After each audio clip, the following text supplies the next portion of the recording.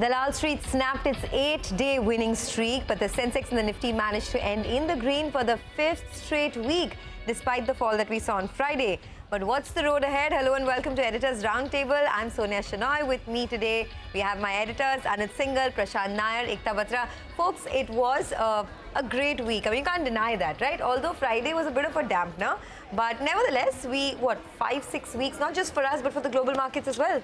Are we up for the week? I mean, because it became touch and go towards the end, right? Marginally, just about there. I think the other key highlight for this week was that this is the last of the truncated weeks, right? So the long weekends, we won't get them anymore. We have one more holiday in August. We have a holiday at the end of the month. Yeah, but jokes aside, very sort of interesting bit of price action on Friday, Sonia. We spoke about it this morning as well, that, from the risk-reward point of view.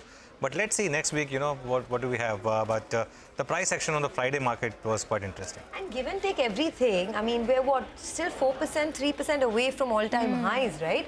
So that just goes to show that this is a buy on dips market. Whether people want to believe it or not, there's still a FOMO feeling. I know a lot of people are saying, oh, this is a stealth rally or whatever you want to call it. But give and take everything, we're still very close to all-time highs. We are, but, if you ask a runner, the last bit is the toughest. Just when you can spot the finishing line, that's when things get to start. But I take that point because, people have moved completely to one side now and opinions follow prices. Prices have been moving higher, so it's become a bull market. People are now calling it a bull market. It's a new bull market. Or for some, the old bull market never ended. This was just a correction. And it's possible, it's true. But I think Friday's close, we've ended below, I put this chart out last week, the trend line, which is from the all-time high of 18,604. Today, on Friday, today, we've ended just below it. I mean, about 50-60 points under it. Yeah. So I would say it's touch and go. It's possible that there is some more retracement in terms of prices, some more pullback.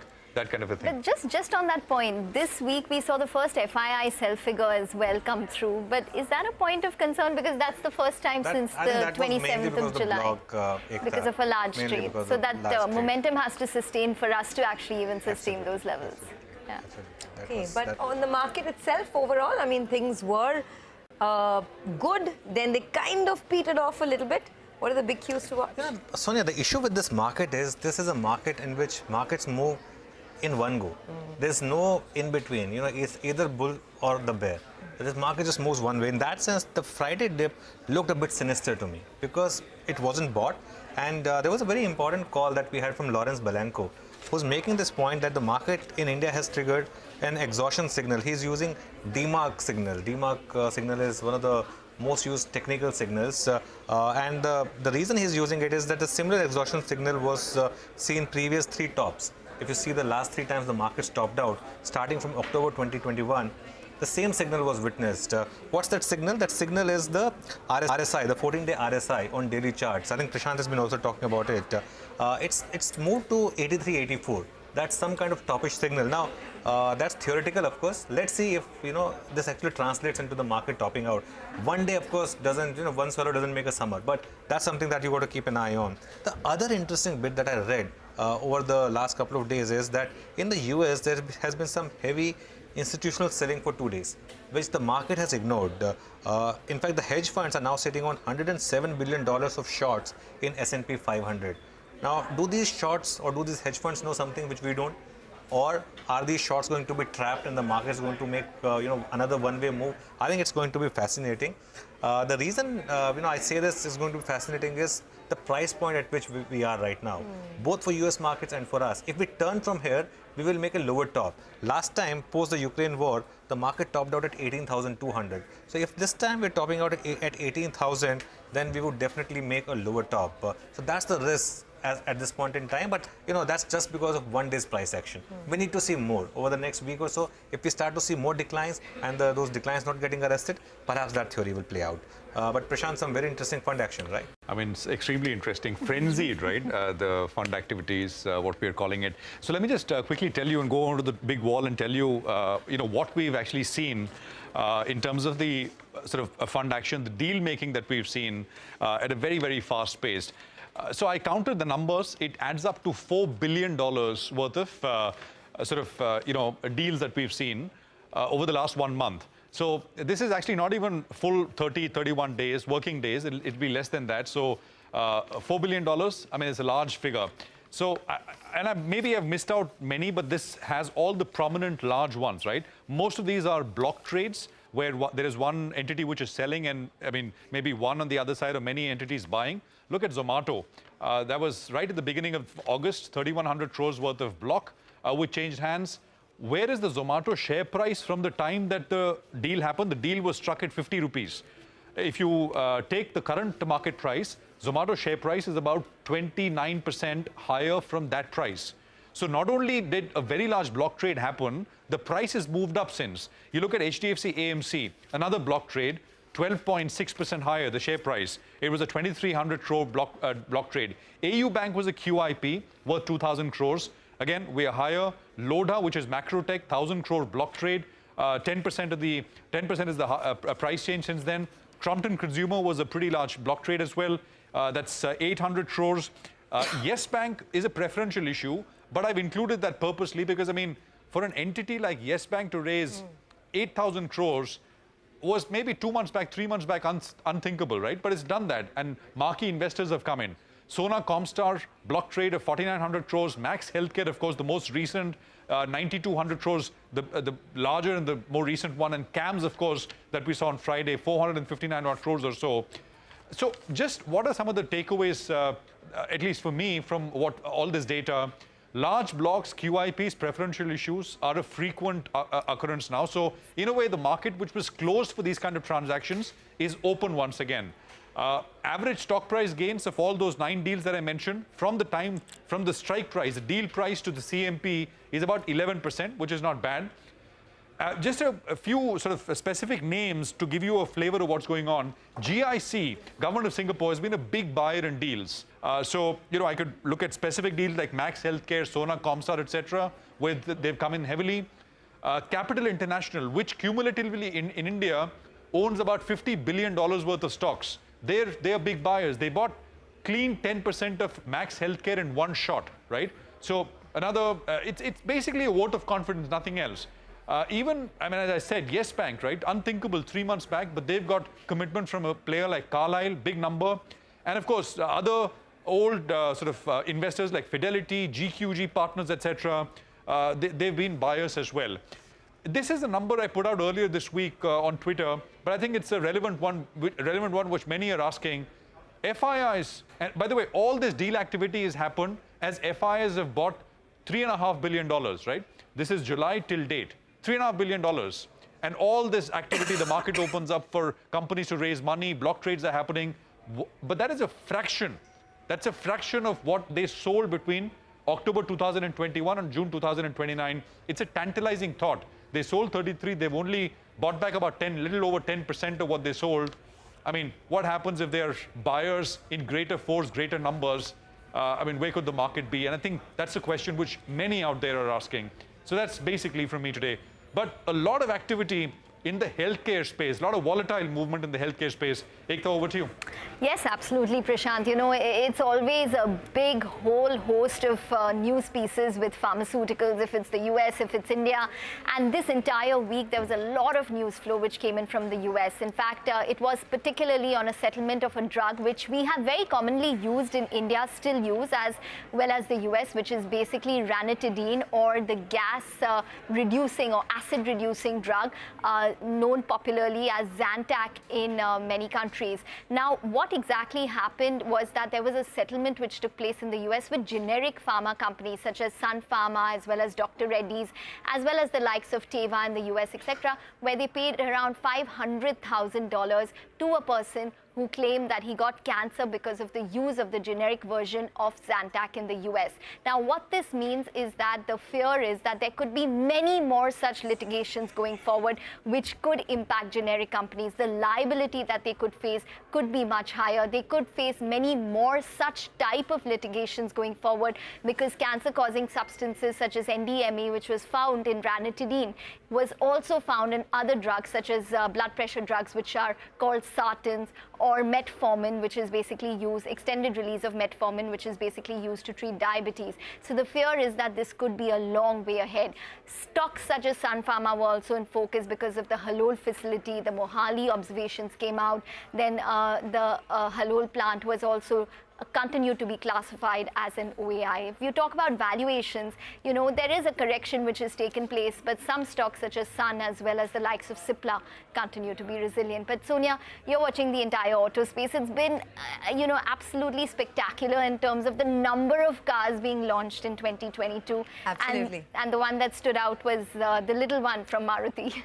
It was, but before that, you know, I mean, it's scary, right, to think that you go out there and you buy an OTC drug and then you get cancer because of that. I mean, aren't medicine supposed to cure your disease? And I mean, that's perhaps what's the latest. You know, there's so many points of contention on that. But yes, it's extended use over a period of time. But GSK has come out clearly and said that, you know what, we've got scientific evidence that there's no correlation. So the debate is still out. But still, there are settlements which are taking place. Okay, well, that's on the pharma space. As you said, auto stocks were in the fast lane this time around. So I'm just going to move over to the big wall to tell you, in case you missed out on the action this week, here's what took place. Well, auto stocks were clearly in the fast lane this week. Most auto stocks hit fresh 52-week highs. You hit a dart in the dark and you would have got it right in the auto space. I picked 4 stocks, M&M, Eicher Motors, TVS, Apollo, all at fresh 52-week highs.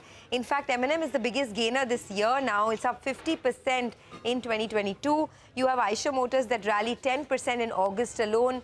TVS Motor has been a big gainer as well, up almost about 50-odd% for the year.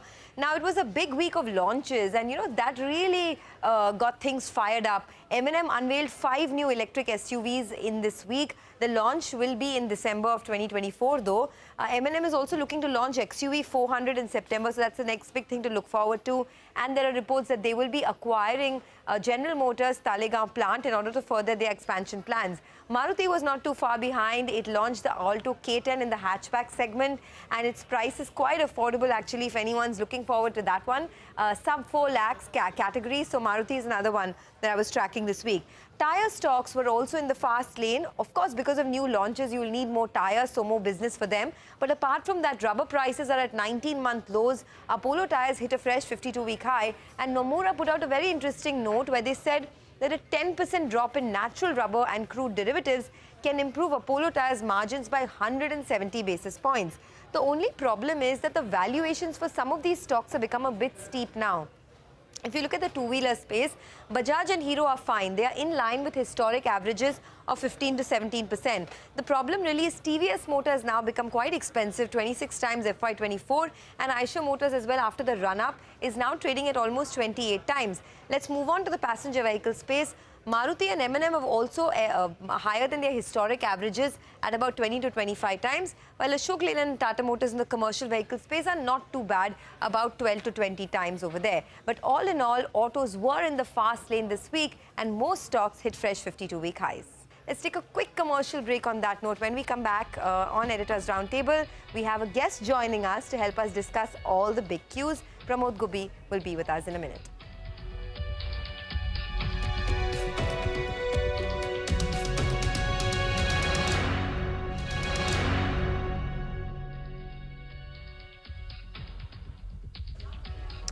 Welcome back. You're watching Editor's Roundtable. We have a guest joining us now. Pramod Gubi is joining us. He's co-founder of Marcellus Investment Managers.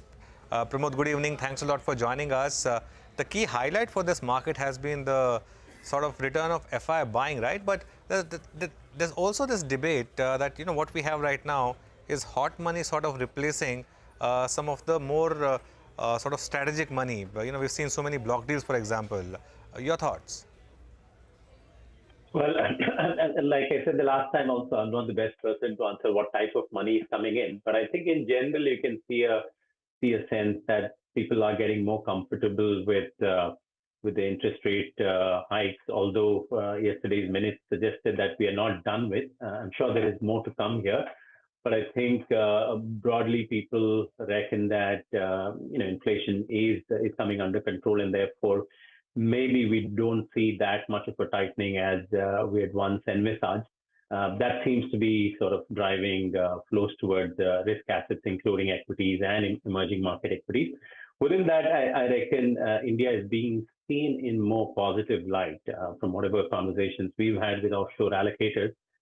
India is increasingly being seen in more positive light, partly given what's happening in China, and China is a big part of the emerging market index. And if people are concerned about what's happening in China, they are looking for alternatives. And I think in terms of the size of the economy, India clearly stacks up. And there are very few alternatives within the emerging markets that can offer this sort of capital deployment opportunity. And from our own perspective, I think India has done well in terms of keeping the economic conditions in good shape despite the headwinds that we've had to face. The banking system is in good order. We've seen credit growth coming back after a long time. Earnings season hasn't been that bad, and more importantly, we've dealt with inflation better than a lot of other countries, better than ourselves in the past. So I think a lot of boxes are being ticked for India just when some of our emerging market peers sort of not doing great for themselves. Pramod, hi. Do you think banking and financial services as a sector, what will it take for it to start to really fire? You know, some of these block deals data, etc., that I was presenting earlier, very large funds like Capital, etc., although they've only bought back a small portion of what they sold in the preceding 9 months, is the preference banking financial services? One doubts it, looking at the kind of transactions which has happened, the price performance for that matter. Any thoughts there? Yeah, I mean, we've been quite positive on the financial services sector. So we don't know what other investors are thinking, why they're buying or selling. But we reckon there are a couple of tailwinds, structural tailwinds, I would say, for the financial service sector in general.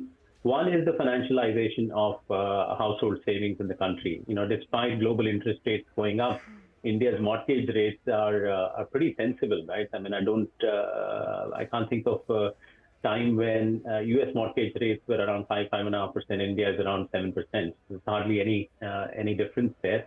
That clearly demonstrates a structural reduction in cost of capital in India, and a lot of that has to do with the financialization of household savings.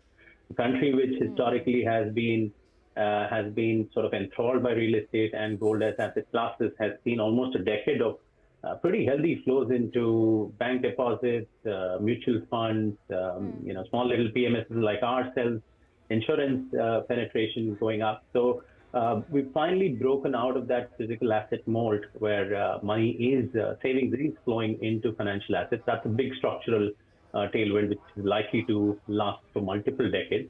And within financial services, we reckon there is a significant market share gain story that's happening, given the predominant presence of public sector in the past. I think some of the better run private sector banks, NBFCs, private sector insurers, both life and general, have significant opportunities to gain market share. So a double tailwind, I reckon, puts financial services on a structural growth path for the next couple of decades at least. I mean, that's the sort of range that we're looking at. Sure. The shorter term could be anybody's guess. Okay, Pramod, you know, I just wanted to take that point forward with regards to FIIs probably looking at investments from a more strategic long-term standpoint and tie it in with the fact that there was this big deal which took place in the hospital space where Max, you know, KKR exited Max Healthcare, but there was enough interest which we saw in that. But separately, something like Apollo Hospitals has lost quite a bit. It was the top loser on the Nifty this week, and they're not getting that funding that they're seeking, at least as of now, for their digital arm. Would that space interest you from a long-term standpoint at all, the hospitals/healthcare sector? Not really. I mean, historically, it hasn't come up in our screeners. One of the key parameters we look for in our screeners is consistently high return on capital. That's been missing from this sector, at least, you know, every now and then you do see high returns on capital, but not consistently enough for us to look at this sector. Partly because I reckon, given, you know, these are capital intensive, asset heavy, some of them are moving to asset-light models, but by and large, real estate is a big input component into hospitals. And that's perhaps been a drag on return on capital. But as the sector matures, I reckon more asset-light models will emerge. So structurally, the demand story is fairly intact. Indians are becoming more affluent, and they can afford better healthcare services, and the country needs healthcare services. So to that extent, the demand side story is all right, but we'd like to see better returns on capital in the sector. Okay. Well, Pramod, we've run out of time, but one very quick question before we end the show. We were just talking about all these new launches that have come out from the auto sector. Is this a space, I mean, it looks very exciting with stocks at record highs and new launches, but is this a space that's become a bit of an overcrowded trade now, or do you think there's still more to go? I'm not sure about the overcrowded nature, but I think autos do pose a structural long-term opportunity, given, like I said, if India were to grow from $2,000 per capita GDP, you do hit that sort of inflection point where there will be significant savings coming through, people moving from spending on staples to discretionary. The auto is perhaps one of the more, first items to take on the discretionary front. Penetration, primarily in four-wheelers, to some extent in two-wheelers, is still a long way to go. To that extent, the structural growth opportunity is intact. But I think there have been a few supply-side challenges around semiconductor availability and so on, but those are more shorter-term challenges. In my view, for longer-term investors, autos and auto ancillaries have always provided plenty of money-making opportunities across the globe, across cycles. Pramod, we'll leave it there today. Thanks a lot for joining us. Before we wrap up, we didn't discuss the stock of the week, PVR. 15% down. Why are you guys not watching any movies? Sonia, I don't like I'm watching it at to home. the theatres. I'm very happy watching it in my home and at my own comfort.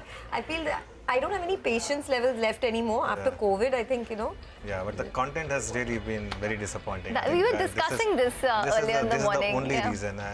The only movie that I've watched is Top Gun in the theatre. After that, I have no feeling, no desire to go to RRR.